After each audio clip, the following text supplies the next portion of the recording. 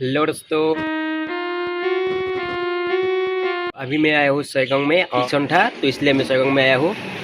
तो अभी सर नहीं आया, इसके लिए थोड़ा सा मैं वेट कर रहा हूँ दोस्तों। तो स्कूल के पास ही मैंने पे बैठ रहा हूँ। तो म्यूज़िक का ऑडिशन है, तो ये कोई स्कूल का कॉलेज का जो पेज है वो नहीं है, ये म्यूज़िक का ऑडिशन है मेरा, वो अलग से होता है।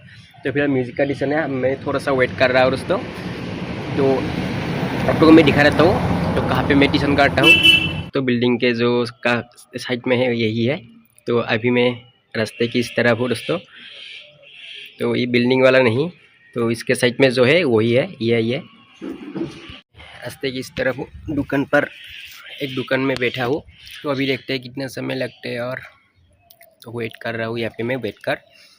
तो आप लोग अगर इस वीडियो को पहली बार देख रहे हो तो चैनल को सब्सक्राइब, और मेरे अकाउंट में देख रहे हो फेसबुक में तो फॉलो जरूर करना, वीडियो को लाइक जरूर कर देना, और मेरे साथ दोस्तों आप लोग एक शेयर जरूर कर देना। तो मिलते हैं नेक्स्ट वीडियो में, तब तक के लिए बाय बाय।